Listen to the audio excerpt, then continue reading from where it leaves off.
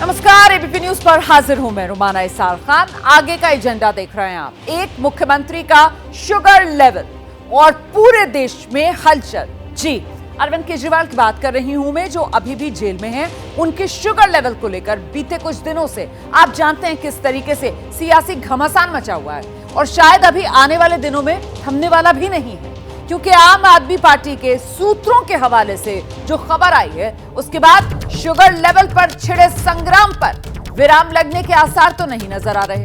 आम आदमी पार्टी के सूत्रों के हवाले से बड़ी खबर यह है, केजरीवाल पर अभी की बहुत बड़ी खबर है ये, तिहाड़ में अरविंद केजरीवाल को इंसुलिन दे दी गई है।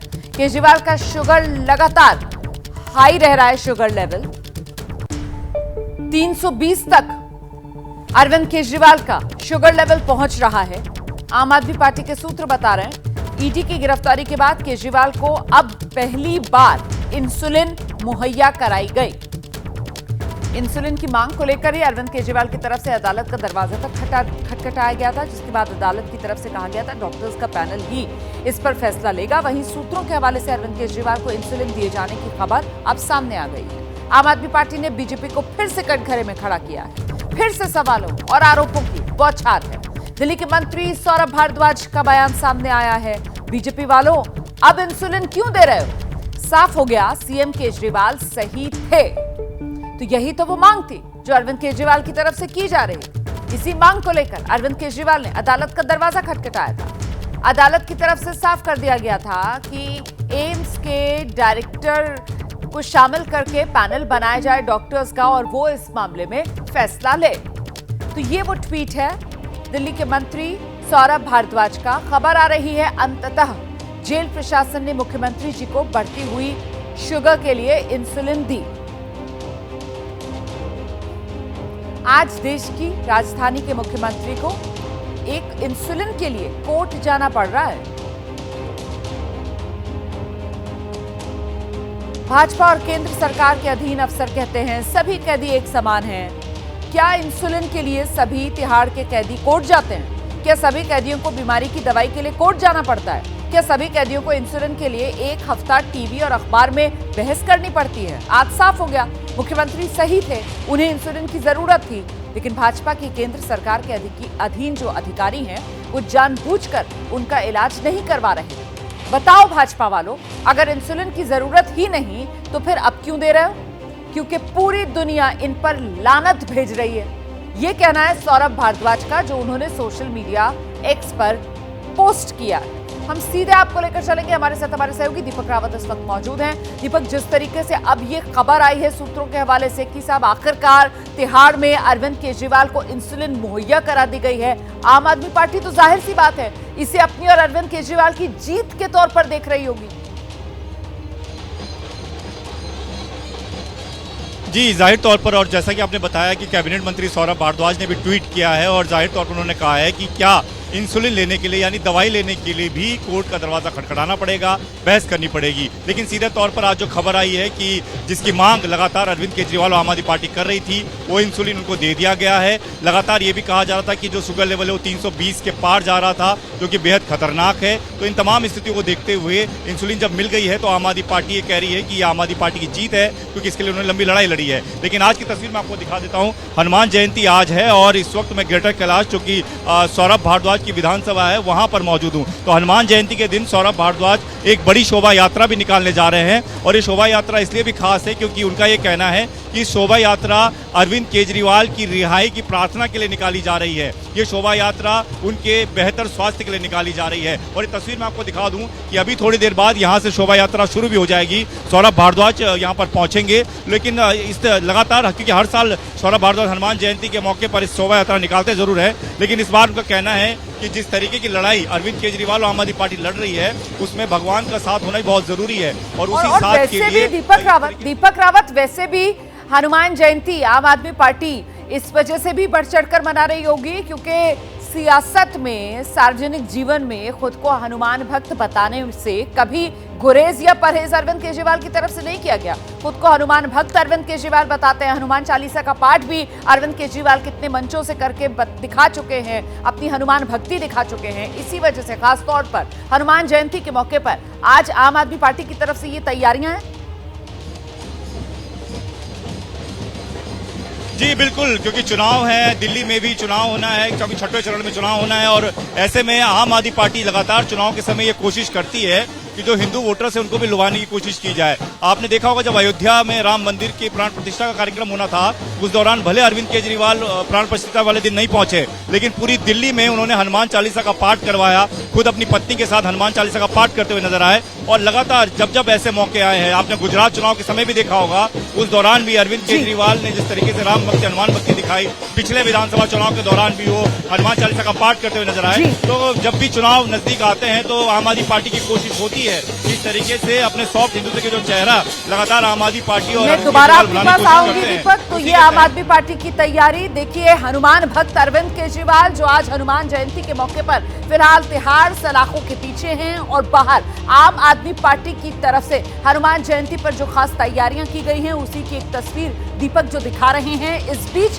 तिहाड़ जेल के जो डीजी हैं, नाम संजय बेनीवाल, उन्होंने एबीपी न्यूज से खास बातचीत में कहा है कि जेल मैनुअल के हिसाब से सभी कैदी एक समान है, किसी से कोई भेदभाव नहीं होता है। आरोप लगाने वाले जवाब में कानून के हिसाब से ही कैदियों को रखा जाता है।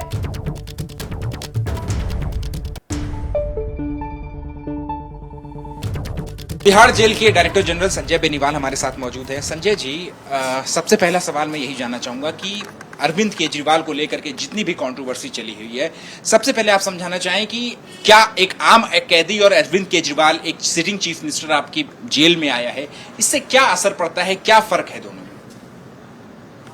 हमारा जेल मैनुअल कहता है सब एक समान है, और ये आप लोग बोलते हैं, मेरे हिसाब से हमारे यहाँ सिर्फ दो ही तरह के लोग होते हैं, एक कन्विक्ट्स और एक अंडर ट्रायल प्रिजनर्स, तीसरी कोई कैटेगरी नहीं होती। और इनमें इनकी सेहत, इनके खान पान, इनके रहने, इनके लिए सुख सुविधाएं जो हमारे मैनुअल के अनुजाय हैं, सबके लिए एक समान होती है, कोई अंतर नहीं होता।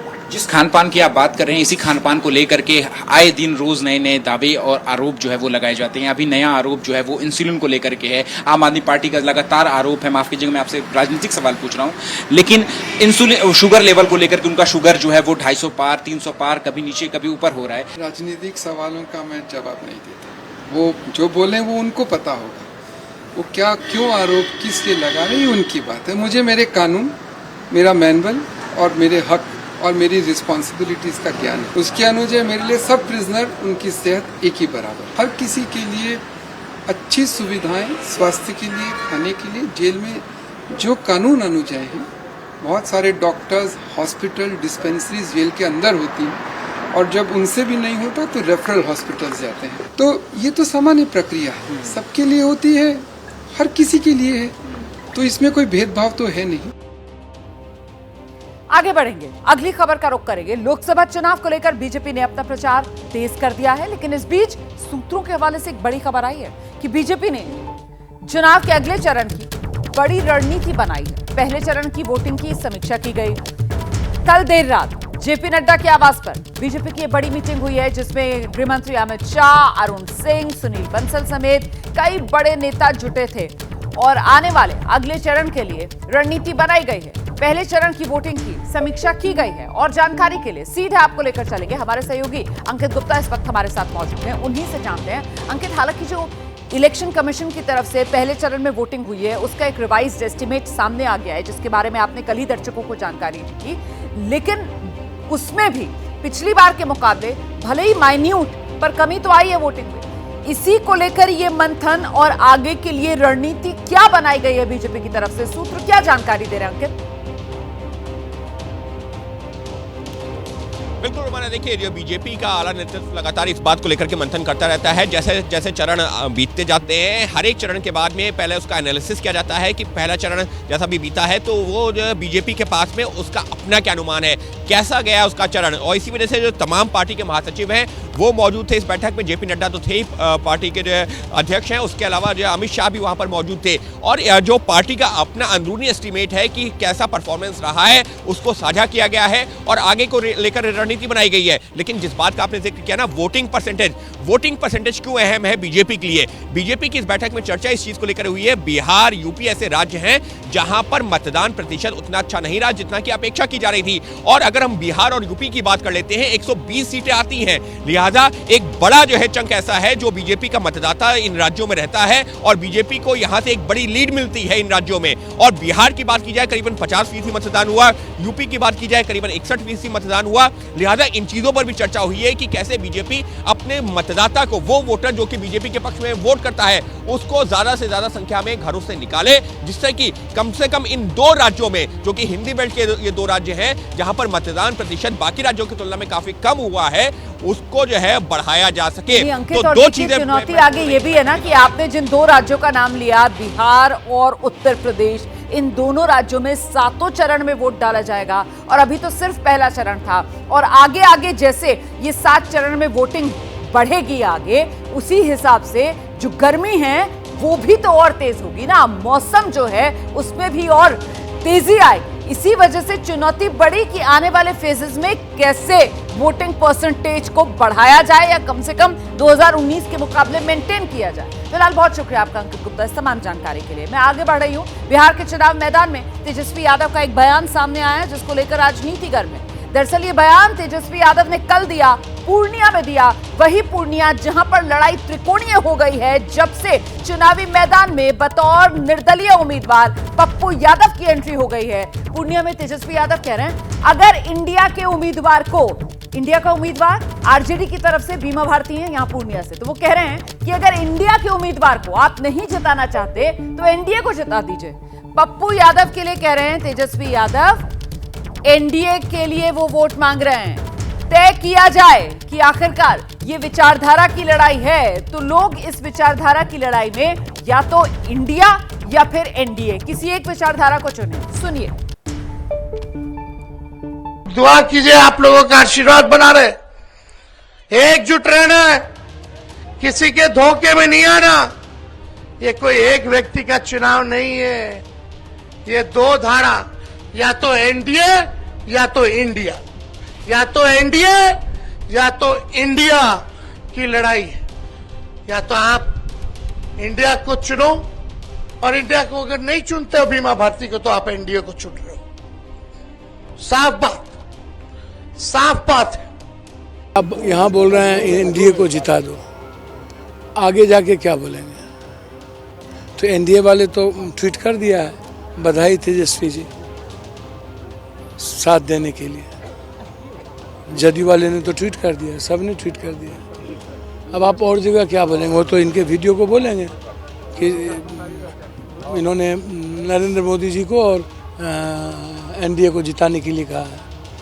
तो अब तो बिहार में कांग्रेस को सोचना चाहिए कि अभी भी आप क्या करेंगे। रेस्ट चुनाव में अब कांग्रेस यदि अभी भी नहीं सोचती है तो मैं तो भैया बहुत क्लियर हूँ कि पूर्णिया का जनता बिना जाति धर्म मजहब से सब कुछ से ऊपर उठ चुकी है और ये लड़ाई अब पूर्णिया के मान सम्मान की हो गई है, उसके जीवन मौत से जुड़ गया है।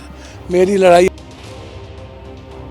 उधर तेजस्वी के बयान पर बीजेपी की प्रतिक्रिया सामने आ गई है। डिप्टी सीएम सम्राट चौधरी कह रहे हैं महागठबंधन के लोग अब हार मान चुके हैं, एनडीए बिहार में सभी 40 सीट जीतेगी।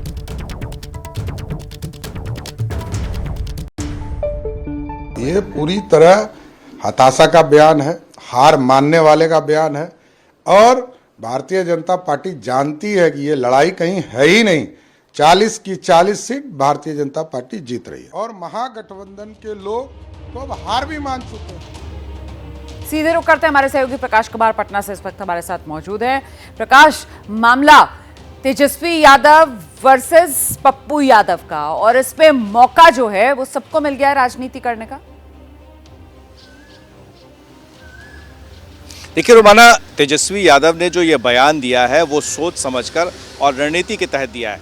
ये वो देख रहे थे वहाँ कि पप्पू यादव को कहीं ना कहीं परोक्ष रूप से कांग्रेस पार्टी का समर्थन है, क्योंकि इसके पहले जब राहुल गांधी को कहा गया था कि एक प्रोग्राम अगर आप पूर्णिया में रख देंगे तो इससे काफ़ी असर पड़ेगा, लेकिन राहुल गांधी पूर्णिया नहीं गए। तो ऐसे में अब सामने आना पड़ा है आरजेडी के सबसे बड़े नेता स्टार प्रचारक तेजस्वी यादव को, और ये कहना पड़ा है कि पप्पू यादव को वोट किसी भी सूरत में ना दे, भले ही वो एनडीए के उनके समर्थक चले जाएं, लेकिन इससे कोई फर्क नहीं पड़ता है। देखिए ये प्रकाश, हमने सुना तेजस्वी यादव साफ तौर पर कह रहे थे कि या तो आप महागठबंधन को चुनिए या फिर आपका वोट जो है, इसका मतलब अगर आप इंडिया को वोट नहीं दे रहे तो आप एनडीए को वोट दे रहे हैं। लोकसभा चुनाव के दूसरे दौर के मतदान के लिए महज 3 दिन का वक्त बाकी है। आप जानते हैं 26 अप्रैल को सेकेंड फेज के लिए वोटिंग होनी है। ऐसे में प्रचार का पारा पूरे शबाब पर। हर पार्टी के दिग्गज प्रचार के रण में एड़ी चोटी का जोर लगा रहे हैं। तस्वीरें आपके सामने हैं, जहां प्रधानमंत्री नरेंद्र मोदी आज राजस्थान में, छत्तीसगढ़ में चुनाव प्रचार करते नजर आएंगे। वहीं केंद्रीय गृह मंत्री अमित शाह कर्नाटक में, बंगाल और महाराष्ट्र में बीजेपी की प्रचार की कमान संभालने वाले हैं। इतना ही नहीं, रक्षा मंत्री राजनाथ सिंह आज यूपी में और बिहार में जमकर प्रचार करने वाले हैं। उधर दूसरी तरफ उत्तर प्रदेश के मुख्यमंत्री योगी आदित्यनाथ भी आज उत्तर प्रदेश पे फोकस कर रहे हैं, खासतौर से वेस्ट उत्तर प्रदेश, मेरठ और साथ ही अन्य इलाकों में कई ताबड़तोड़ रैलियां करने वाले हैं। दूसरी तरफ मायावती हैं, अखिलेश यादव हैं, वो भी आज इस चुनावी माहौल में हुंकार भरते हुए नजर आएंगे। उधर असदुद्दीन ओवैसी आज बिहार पहुंचेंगे, वहां पर प्रचार करेंगे।